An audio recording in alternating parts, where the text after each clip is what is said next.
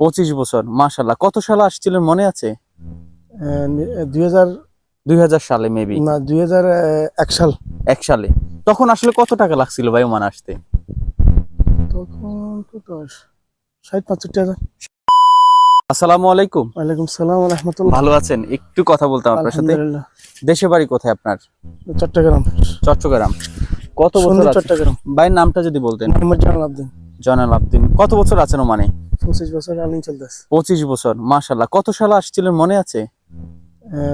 2000 2000 সালে মেবি। না 2001 সাল। 1 সালে। তখন আসলে কত টাকা লাগছিল ভাই ওমান আসতে?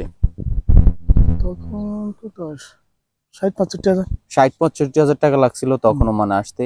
এই যে ওমানে আছেন আসলে, আপনার এই যে সামনে এগুলো কি? গম। গম। ওমানে কি গম চাষ অনেক আগ থেকে হয় নাকি নতুন আপনারা করতেছেন? আমি এখানে অনেক পুরানো চলে গমের, কিন্তু আমাদের এখানে নতুন নতুন মানে গতবার করছে এবার করতেছি। আচ্ছা আচ্ছা, খুব ভালো ফলন হয়েছে আমার মনে হচ্ছে। এই যে গম দেখতেছেন আপনারা গাইজ, অনেক সুন্দর গম। আমরা একটু সামনের দিকে যাই, ভাইয়ের সাথে কথা বলি। এই যে ভাই আছেন 25 বছর বলছেন, কত টাকা দিয়ে আসছেন আমার ভুলে গেছি।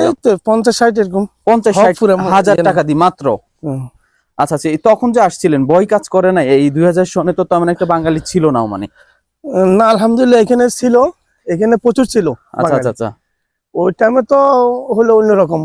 একজন বাঙালি আসলে কত আদর মহব্বত কত কিছু তখন ছিল। তখন একজন আসলে শুনলে সবাই আসতো সাবের জন্য। আচ্ছা, ওমানিরা বাঙালি দেখতে আসতো? ওমানিরা বাঙালিরা বাংলাদেশের যারা মানে শুনছে বাংলাদেশের থেকে একজন লোক আসছে নতুন নতুন, সবাই আসতো দেখার জন্য। আচ্ছা, তখন আর এখনের পার্থক্য কি? আকাশ পাতালে বেশ কম। কারণ ওমানের দিন মধ্যে পার্থক্য এরকম না আছে, আমাদের বাঙালির মধ্যে পার্থক্য বেশি। বাংলার মধ্যে পার্থক্য। এটা কি হিংসার কারণে কিনা আমাদের? স্বাভাবিক, একদম হিংসার কারণে। আসলে আমরা একটা বাঙালি আরেকটা হিংসা আর চরিত্রের দিক থেকে এখন আমরা একদম শেষ। একদম শেষ। হ্যাঁ। আচ্ছা, আমরা মান ইজ্জত সম্মান আমাদের কিছু নাই এখন। আচ্ছা আচ্ছা। বাংলাদেশের বাঙালিদের এখন ছেলেবেলারা যারা আসতেছে, জি জি জি, কিচ্ছু নাই মান ইজ্জত। মানে সব খেয়ে ফেলছে আগে মানে এখন খেয়ে ফেলতে আছে এখন খেয়ে ফেলছে বিগত 10-15 বছরের ভিতরে। কেন এখন এরকম হচ্ছে কেন? এখন এটাই আল্লাহ জানে।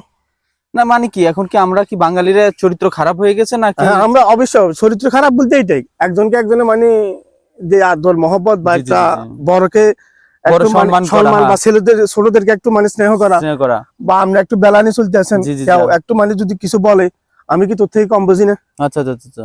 ও মানে সিনিয়রের যে সম্মান সেটা করে না এখন, তারা মনে করে তারা এই টাকা দিয়ে আসছে সম্মান করবে।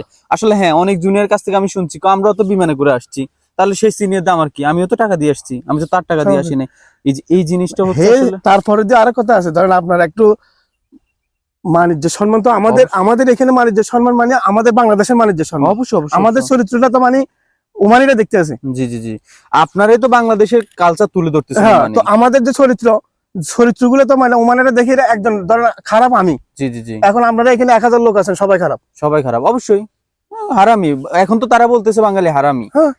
এটা কেমনে? আমাদের কারণ তো আগে তো মানে ওমানিরা আসতো, আমরা গাড়ির মধ্যে গাড়ি লেবুলি রোডে যাইতাম, রোডে যাবে আমাদেরকে নিয়ে যায় ওখানে আবার নাস্তা করাতো, টাকা দিত ওমানিরা। আর এখন দেখতেছি জুমার নামাজের সময় মসজিদে রাস্তার উপর দাঁড়ায় থাকে কেউ নেয় না। আর জুমার না আপনি 2 ঘন্টা 3 ঘন্টা দাঁড়ায় থেকে আবার বাসা চলে আসছে, চলে আসছেন। কেউ জানা তাহলে এই যে কত বড় একটা, এটা কি আমাদের চরিত্রের কারণে তো একটা দুর্নাম, আমরা নিজেরাই তো এর জন্য দায়ী। এই বাসায় একজন লোক আমাদের বাঙালির 3000 রিয়াল দিছে, বাড়ি থেকে আসছে, ও ফাতাকানা হের নফর দোকান করে। আচ্ছা আচ্ছা। বলতে আছে তো মানে খুব বহুত ভালো লোক, বলতেছে মানে আমার ফাতাকা নাই, আমি এখন বাড়ি থেকে আসছি, ফাতাকা শেষ, ঠিক আছে আমি ফাতাকা লাগাই দিই। আচ্ছা আচ্ছা। তারপরে আবার মানে ওখানে আমার 3000 রিয়াল দিছে দোকানের রিয়ালাই, টেলারের দোকান করে, টেলারের দোকান মানে মাল সামানের, ওই টাকাগুলো লই বাস বাগছে। তাহলে দেখেন লোক এখন আমাকে কত রকমের, কিন্তু আমার খুব ক্লোজ। আচ্ছা আচ্ছা, বুঝছি। মানে খুব ক্লোজ একজন মানুষ এত বিশ্বাস করছে বাঙালিদের কাছে। আমি তো তার নফর, ওই তো তারপর তো বিশ্বাস এগুলো মানে আমাদের তো এটা করতে আছে। হ্যাঁ, কারণ আপনারা অনেক অভিজ্ঞ, যেহেতু 25 বছরও মান আছেন, অনেক কিছু দেখি ফেলছেন। ভাই আকাশ পাতালে বেশ কম আগের আর এখন আকাশ পাতাল, এগুলো কইলে আবার মানে এখন তো সারা দুনিয়া শুনবে। তো আপনি আমার থেকে যেটা নিতে আছেন প্রত্যেক শরম না, এখন আমাদেরই তো আসলে কষ্ট হয়, কারণ আমরা যারা নতুন আসছি এখন দেখি আমাদের চরিত্রটা এই ধরনের হয়ে গেছে।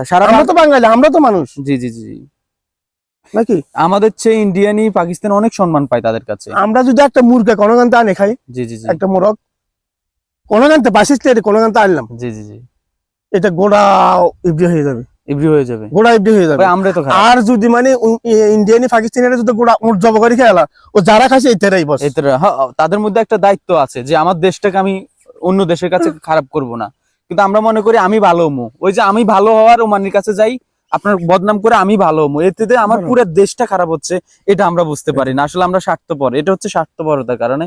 এই যে আমার দেশের অনেক ইয়াং ছেলেরা এখন বর্তমানে ওমান আসতে চায়, আপনি তো অনেক বছর আছেন ওমানে, মাঝরাতে আসলে তারাই কাজ করতে পারবে বর্তমানে যারা আসতে চায় বাংলাদেশ থেকে? আসতে চাইলে তো কাজ তো হলে তো এটা আপনার উপরে নির্ভর। না না, অনেকে আছে ধরেন না কোনো কাজই করে নাই, এখন মাঝরাতে এনে দিচ্ছে মাঝরাতে। হ্যাঁ, ওখানে যদি একটা লোক থাকে আপনারা তালিম দিতে হবে। আমি তো দোকানদারি করছি। জি জি জি জি। আমার এটা বহুত ইতিহাস। আমি এখানে আসার পিছনে আমার বন্ধু বান্ধবের মাঝে সৌদি, ওমান, আবুধাবি এগুলো ব্যবসা করতো। আচ্ছা আচ্ছা আচ্ছা। আমি নিজে ব্যবসা করতাম। জি জি জি। আমাদের একদম টাউন, সন্দীপ টাউনের মধ্যে, হরিশপুর সন্দীপ টাউন, জি জি। টাউনের মধ্যে আমাদের দোকান ছিল। আচ্ছা আচ্ছা। 17 বছর দোকানদারি করছি আমি। আচ্ছা আচ্ছা। ওই দোকান থুয়ে আমার হোটেল আসতো। জি জি। 8 জন কর্মচারী ছিল। তো এখানে আসার উদ্দেশ্য হলো আমরা এখানে একটা বিজনেস করবো। আচ্ছা আচ্ছা আচ্ছা। তো এখানে আসি এর যে মানে এইটাই মানে হয়ে যায়, মানে যেটা কাজে বিষয় আসবে ওই কাজে মানে কাজ করতে হবে, এটা কিন্তু জানতাম না। আচ্ছা আচ্ছা, এটা জানতেন না। তো আসি এর তো দেখতে আসি যে অন্যরকম। আমি একটা গাছে উঠে নেই কোনোদিন। আচ্ছা আচ্ছা।